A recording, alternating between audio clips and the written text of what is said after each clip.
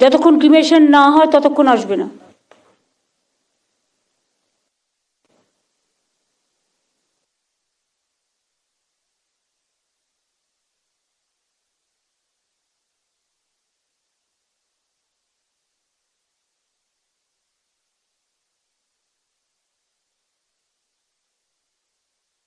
হলো illegal occupation of government land, পুকুরের উপরে বাড়ি করে দিচ্ছে।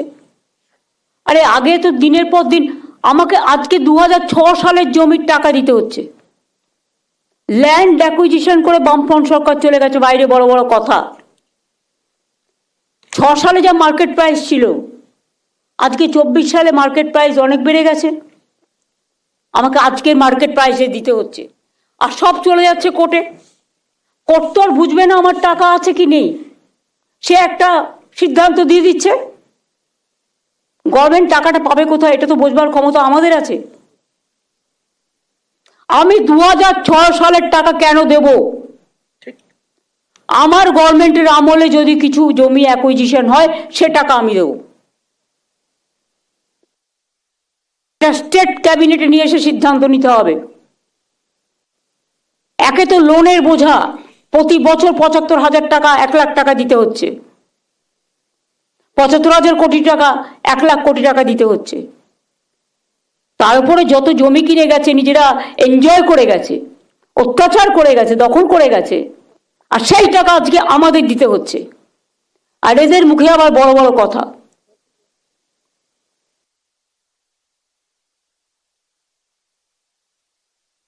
আমাদের এখনকার সিস্টেম হচ্ছে, যে জমি আমি এখন কিনবো আমি নিজে সঙ্গে সঙ্গে টাকা দিয়ে দেবো, যাতে আমাকে ফেলে রাখতে না হয়, আমি ভবিষ্যতের জন্য যাতে কাউকে কোনো সাফার করতে না হয়।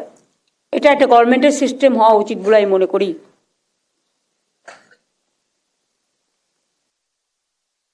এবার আমি কোঅপারেটিভ ব্যাংক ধরব।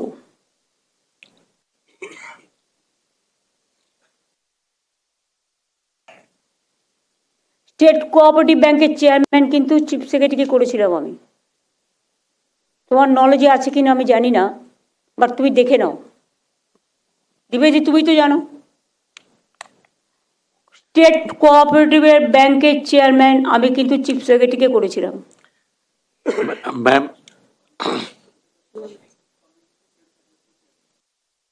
দেখে রাখো। আর কোঅপারেটিভ ডিপার্টমেন্ট থেকে কারা এসছেন হাত তুলুন তো একটু।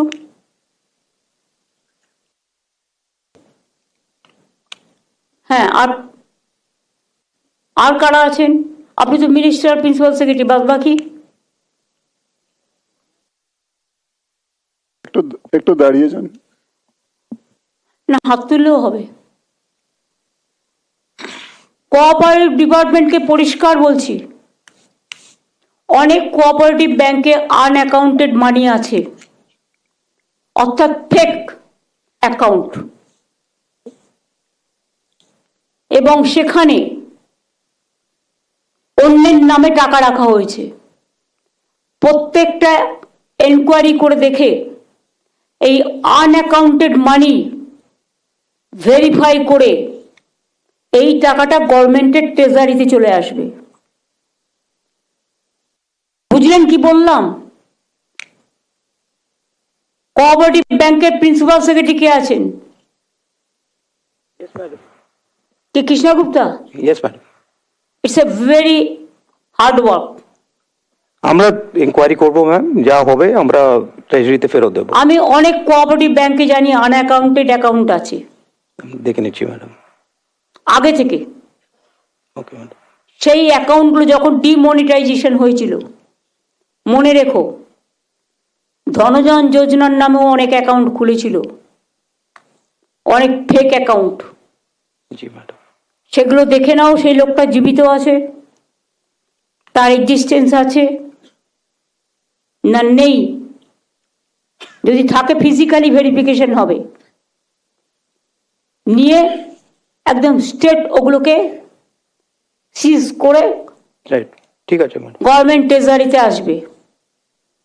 আমি 2 মাস টাইম দিলাম, জানুয়ারি আর ফেব্রুয়ারি, এর মধ্যে কাজটা কমপ্লিট করতে হবে। মার্চে ফাইন্যান্সিয়াল ইয়ার শেষ হবে। ডিএমদেরও এটাকে নজর রাখতে হবে। এটা বড় কাজ।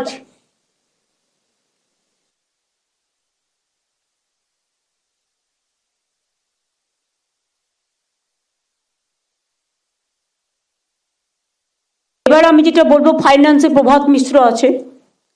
প্রভাত মিশ্র ইজ এ জেন্টলম্যান, কিন্তু আরেকটু এফেক্টিভ হতে হবে, অ্যাক্টিভ হতে হবে। এবং তোমার যে টিম বসে আছে ওখানে ফাইন্যান্সে, দু একজন ছাড়া বেশিরভাগই বামপন্থী রাজনীতির আলোচনা করে ওখানে বসে। ওটা একটা আলিমুদ্দিন স্ট্রিট বানিয়ে দিয়েছে। দরকার হলে তুমি নতুন লোক নিয়ে এসো, এফিসিয়েন্ট লোক নিয়ে এসো, নিয়ে কাজটা করাও। আমি নিজে সারপ্রাইজ ভিজিট করেছি কয়েকবার, আমি নিজে গিয়ে এটা দেখে এসেছি। আমি নিজে না দেখলে কথা বলতাম না, এবং আমার কাছে ইনফরমেশনও আছে। ফাইলের পর ফাইল, এত উঁচু ফাইল চলছে, কি করে মিছিল মিটিং হবে? এটা মিছিল মিটিং করার জায়গা না, এটা জনগণের কাজ করবার জায়গা। এটা মাথায় রাখতে হবে। প্রত্যেকটা ডিপার্টমেন্টকে আমি বলবো খোঁজ নিতে, যেটা আমরা খোঁজ নিই না, including authority, society, development authority, বিভিন্ন অর্গানাইজেশন, কত ফিক্সড ডিপোজিট ব্যাংকে তারা রেখেছেন, অনেকে খোঁজই রাখেন না। আমাদের একটু জানান তো কোন ডিপার্টমেন্টের, একটা ডিপার্টমেন্টের আন্ডারে অনেক সোসাইটি আছে, অনেক ডেভেলপমেন্ট বোর্ড আছে, তারা বছরের পর বছর অনেক ফিক্সড ডিপোজিট রেখে দিয়েছেন সেই ডিপার্টমেন্টের জন্য। কিন্তু একটা প্রিন্সিপাল সেক্রেটারি আসে আর একজন চলে যায়, কেউ খোঁজ রাখে না। ফাইন্যান্সটা খুব ইম্পর্টেন্ট আমাদের কাছে, সবটাই ইম্পর্টেন্ট। এটা আমাদের নলেজে এসছে বলেই বলছি। কোন ডিপার্টমেন্টে, কোন ডেভেলপমেন্ট বোর্ডে, কোন সোসাইটিতে কত টাকা নন ইউটিলাইজেশন পড়ে আছে গভর্নমেন্টের, এবং কত টাকা ফিক্সড ডিপোজিট পড়ে আছে। এবং ডেভেলপমেন্ট বোর্ড হোক বা কমিটি হোক বা ট্রাস্টি হোক বা সোসাইটি হোক, তাদের কাছে এখন কত টাকা আছে তার ডিটেলসটা আমার কাছে পাঠাতে হবে উইদিন 15 days। আপনারা সিএস কে পাঠাবেন, সিএস আমার কাছে পাঠাবে। ডিএমদেরও বলছি জেলা ওয়াইজেও দেখে নিন।